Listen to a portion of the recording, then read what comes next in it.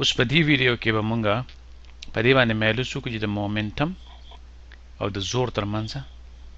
څه تړون شته او که نه شته. نو راځئ چې دا وګورو چې د مومنټم او د زور ترمنځ څه تړون دی. مونږ ویلو چې مومنټم مونږه لیکو په پی باندې او دا د ماس ځله د ویلاسټي ضرب وي. نو که په مومنټم کې موږ بدلون راولو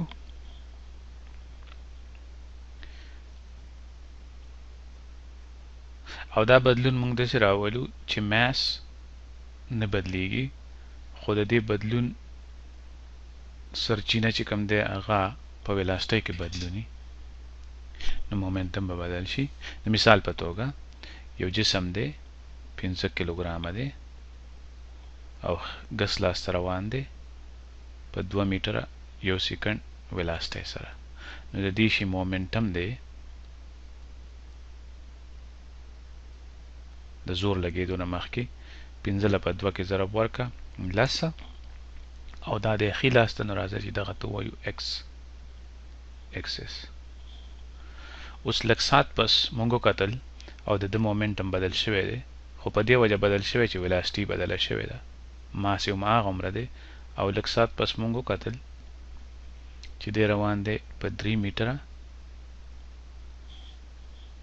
4 میټره یو سیکنډ کې.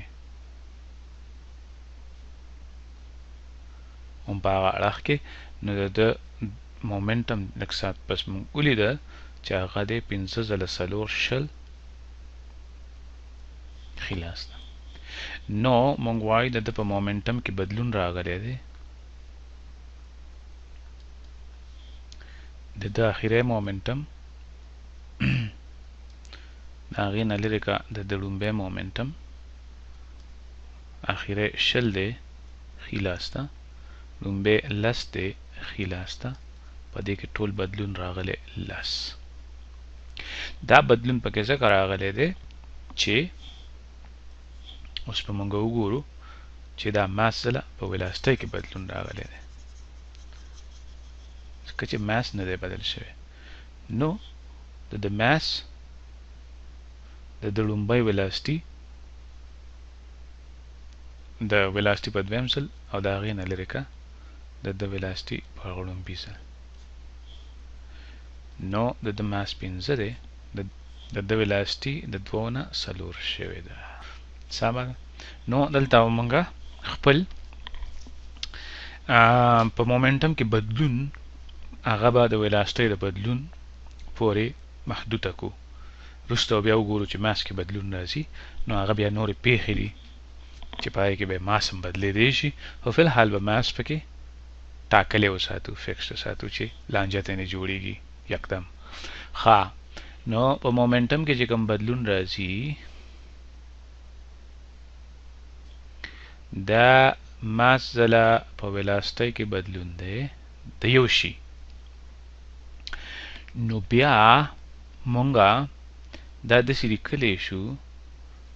چې دا ماس ځله په دې ویلاسټي کې څونه بدلون راغلی او په څونه وخت کې راغلی په هغې باندې وویشو او هغې سره ضرب هم کو، نو هېڅ فرق نه پرېږدي ځکه چې دا به دا سره کینسل شي. یعنې په ویلاسټي کې بدلون راغلی دی د 2 نه 4 شوی ده او دا کار شوی دی په 15 سیکنډه کې، نو په 15 سیکنډه مې وویشو، په 15 سیکنډه کې مې ولا ضرب ورکو، نو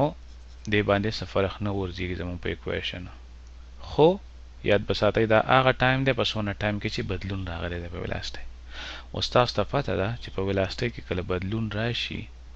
او هغه مونږ په دغه ټایم باندې وویشو نو هغې ته مونږ وایو اکسلریشن او ځله ټایم،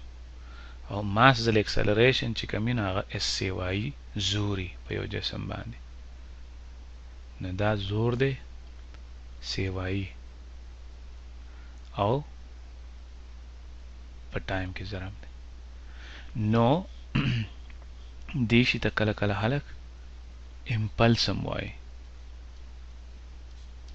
نو راځئ چې دا دوباره ولیکو. مونږه مومنټم او زور یو بل پورې وتړل. څنګه مومنټم دسې ډایرکټ نه دی تړلی زور پورې او ساده نه دی تړون دا دی چې په مومنټم کې کوم بدلون راځي په مومنټم کې بدلون زور سره تړلی دی نو هغه په یو جسم په مومنټم کې څومره بدلون راځي دا په هغه جسم باندې چې کوم اضافي زور لګېدلی کوم ته چې نت زور وي نت زور اضافي زور سیوایي زور هغه ځله د څومره وخت دپاره چې لګېدلی دی په څومره وخت کې چې په دغه مومنټم کې بدلون راغلی دی. سمه ده. د مثال په توګه موږ ته دا راکړی شو چې یو جسم دی او په دې جسم باندې تا یو چا وله دیکه ورکړه خلاص ده او بل هیڅ یو زور پې نشته صرف دغه یو زور یې پې ولګاو او دا زور چې کوم دی نو دا 10 نیوټنه زور ولګاو خلاص ده. سمه ده. او دا زور یې ولګاو د 10 سکندو دپاره د 15 سکندو دپاره. اسانه خبره ده یو شی پروت دی او بل هیڅ زور پې نشته تا پې زور ولګاو 10 نیوټنه زور دی پې ولګاو او دا زور دی پې مسلسل ولګاو د 15 سکندو دپاره. نو د دې معلوماتو نه موږ دا ویلی شو چې د دې شي په مومنټم کې هر څه چې یو مومنټم خو په هغې کې به بدلون راځي څومره زور چې پې لګېدلی دی سیوایي ځله چې د څونه وخت دپاره لګېدلی دی تا پې ولګاو 10 نیوټنه زور خلاص ده او دا دې ولګاو د 15 سکندو دپاره نو د ده په مومنټم کې تا بدلون راوستو سیبه 50 خلاص ده چې کوم طرف ته زور لګېدلی هغه طرف ته به مومنټم کې بدلون راځي. خیال کوئ مومنټم کې بدلون دا برابر دی په اضافي زور ځله ټایم یو سکیلر شی دی دا سکیلر دی یعنی ډایرکشن یا اړخ نه لري دا ویکټر دی نو سکیلر او ویکټر چې ضرب وخوري نو بیا ترې راځي ویکټر نو چې زور په کوم اړخ کې دی په هغه اړخ کې په مومنټم نه په مومنټم کې بدلون دا به خیال ساتئ مومنټم زور پورې نه دی تړلی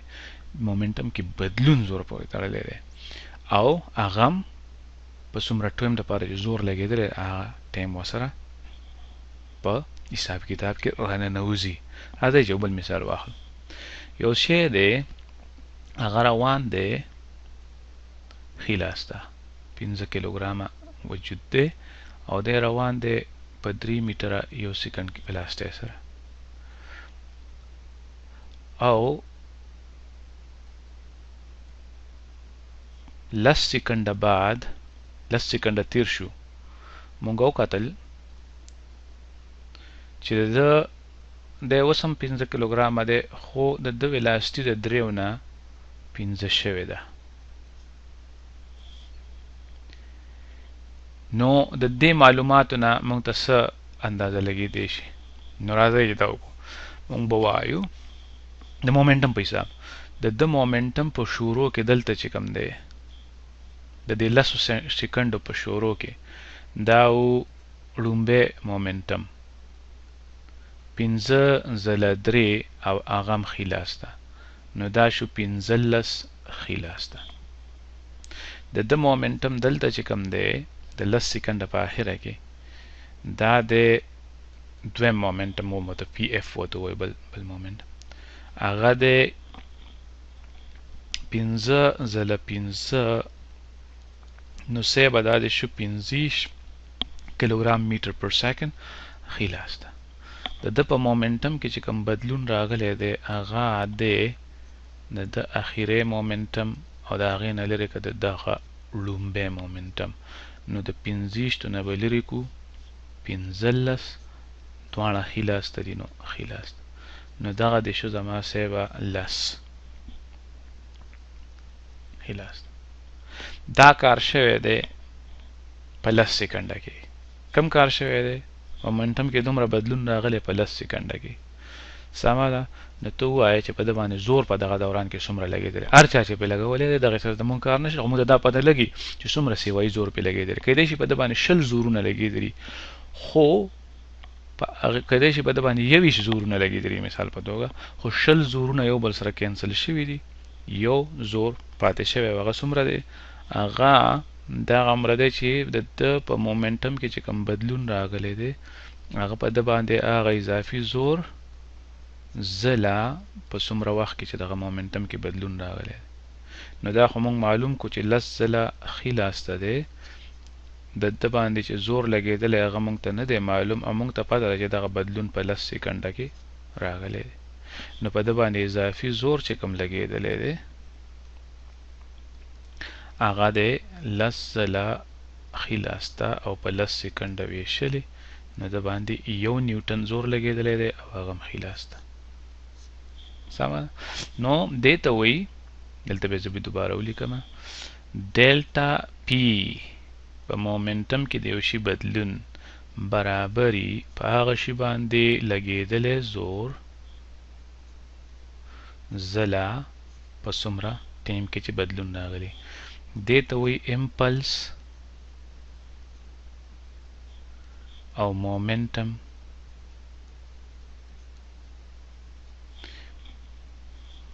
تړون ریلیشنشپ د امپلس او د مومنټم په منځ کې تړون دی دې ته وایي امپلس ورګه چې دلته دا کلر کې کو دې ته وایي امپلس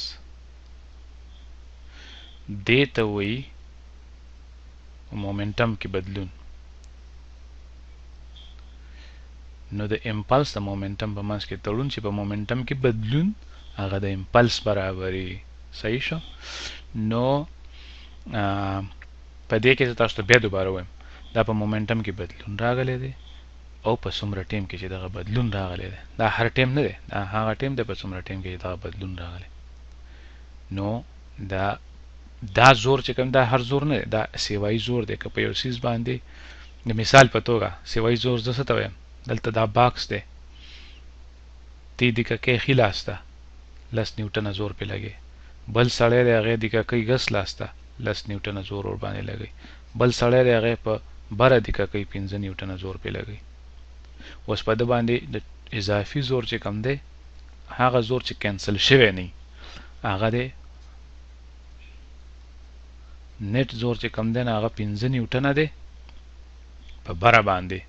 یعنی وای ډایرکشن کې دې ته موږ وای وایو او دې ته موږ ایکس وایو په ایکس اړخ کې 10 نیوټنه او منفي 10 نیوټنه دا یو بل سره کینسل شوي نو دا نه چې په یو شیز باندې به زور په یو شیز باندې به ګڼ زورونه وي خو نیټ زور هغې ته وایي کوم چې ژوندی پاتې شي سروایول وکړي کوم زورونه خپل منځ کې یو بل سره کینسل کېدی شي نو نا کینسل شوی داسې به ووایو نا کینسل شوی زور ته موږ نیټ زور وایو کوم چې د نیوټن په قانون کې په کار راځي اف نیوټن وایي چې ماس ځله اکسلریشن برابري